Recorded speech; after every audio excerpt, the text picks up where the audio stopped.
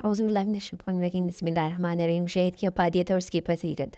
حضرت ابو ہریرہ رضی اللہ تعالیٰ عنہ کہتے ہیں کہ رسول اللہ صلی اللہ علیہ وآلہ وسلم نے فرمایا، جو شخص ہر مہینے میں 3 دن صبح کے وقت شہد چاٹ لیا کرے تو وہ کسی بڑی مصیبت میں مبتلا نہیں ہوتا۔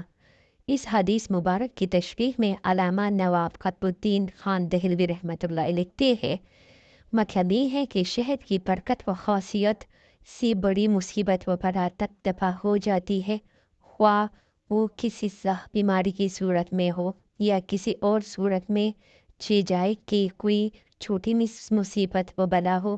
سفر السعادہ کے مصنف نے لکھا کہ نبی کریم صلی اللہ علیہ وآلہ وسلم نے روزانہ ایک پیالی میں شہد کو پانی میں ملا کر گھونٹ گھونٹ نوش فرماتے تھے۔ علماء نے لکھا ہے کہ شہد کو پانی میں ملا کر پینے سے حفظان صحت و نعمت حاصل ہوتی ہے، جس کی معرفت کی راہ ہر پیر ہی جان سکتے ہیں۔ چنانچہ شہد کی جو بھی شمار فوائد و خاص ہے، ان کی بنا پر ارباب طب و تحقیق کا یہ فیصلہ ہے کہ شہد بلا شبہ ایک ایسی نعمت الہی ہے جس کا کوئی بدل نہیں ہو سکتا۔